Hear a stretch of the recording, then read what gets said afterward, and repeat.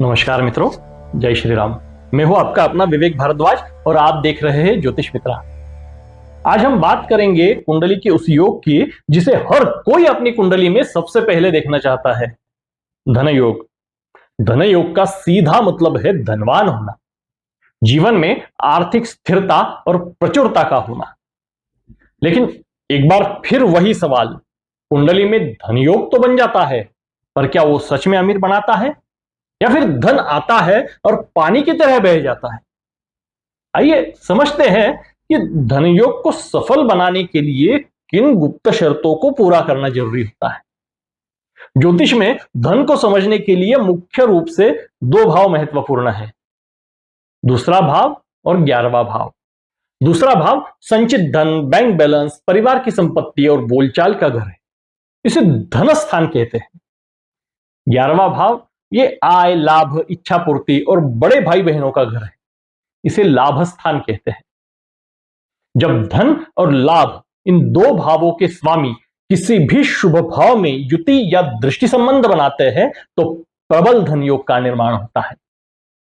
इसके अलावा पंचम भाव ये लक्ष्मी स्थान है और नवम भाव यानी भाग्य स्थान, इन दो भावों के स्वामियों का संबंध भी धन योग को अत्यधिक बल देता है। कई लोग पूछते हैं कि हमारे कुंडली में योग तो बन गया लेकिन फल क्यों नहीं मिल रहा? इसका पहला कारण है धन के कारकों का कमजोर होना।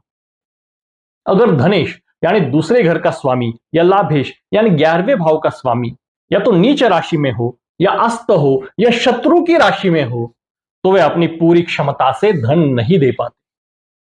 कमजोर ग्रह केवल छोटी मोटी आय तो दे सकते हैं और सच में अमीर नहीं बना सकते। अमीरी के लिए ग्रहों का बली होना यह पहली शर्त है। धन योग की दूसरी बड़ी चुनौती है अशुभ भावों का संबंध।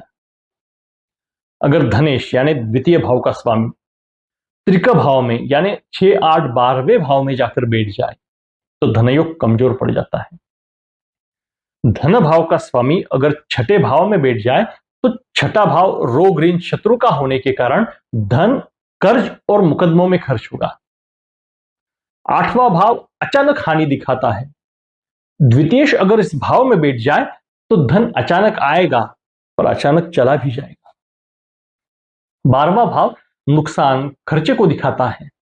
दूसरे भाव का स्वामी अगर 12वें में बैठ जाए तो धन बचत नहीं होती, खर्च होता रहता है। धन का कारक ग्रह यदि धन हानि के भाव से जुड़ेगा तो योग केवल संभावनाएं बनकर रह जाएगा। धन योग तभी सफल होता है जब कर्म का साथ भी उसे मिले।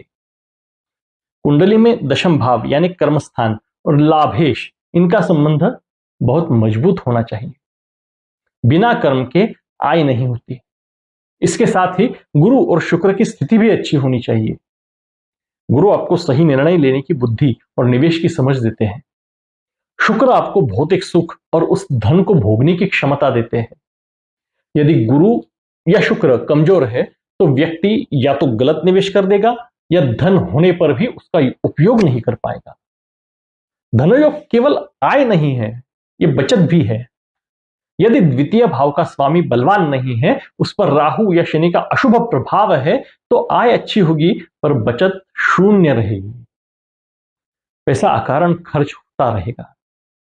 सच में अमीर व्यक्ति वही बनता है जो केवल कमाता नहीं है बल्कि बचत भी करता है और उस बचत को सही जगह निवेश भी करता रहता है।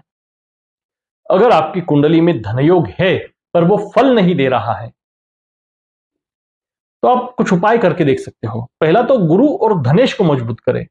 हर गुरुवार को किसी जरूरतमंद को पीली चीजों का दान करें, जैसे चना दाल का दान। यह गुरु को मजबूत करता है जिससे बचत और निर्णय शक्ति बढ़ती है। दशम भाव को सक्रिय करें। केवल भाग्य के भरोसे न बैठे, अपने काम के प्रति, प्रोफेशन के प्रति पूरे ईमानदार रहे। बचत की आदत डालें। द्वितीय भाव को सक्रिय करने के लिए नियमित रूप से एक छोटी राशि ही सही पर बचत जरूर करें। यह आदत धनयोग को जागृत करती है। मित्रों, आज हमने समझा कि धनयोग एक शक्तिशाली संभावना है, लेकिन वो तभी सच में अमीर बना सकता है जब उसे बलवान ग्रह, शुभ भावों के संबंध और आपके पुरुषार्थ का साथ मिले। याद रखिए, योग लिखावट है, कर्म उस लिखावट को किस्मत बनाता है।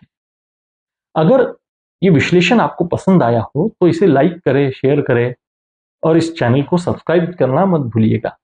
मैं हूं विवेक भारद्वाज, आपका ज्योतिष मित्र। आज के लिए इतना ही। धन्यवाद। नमस्कार।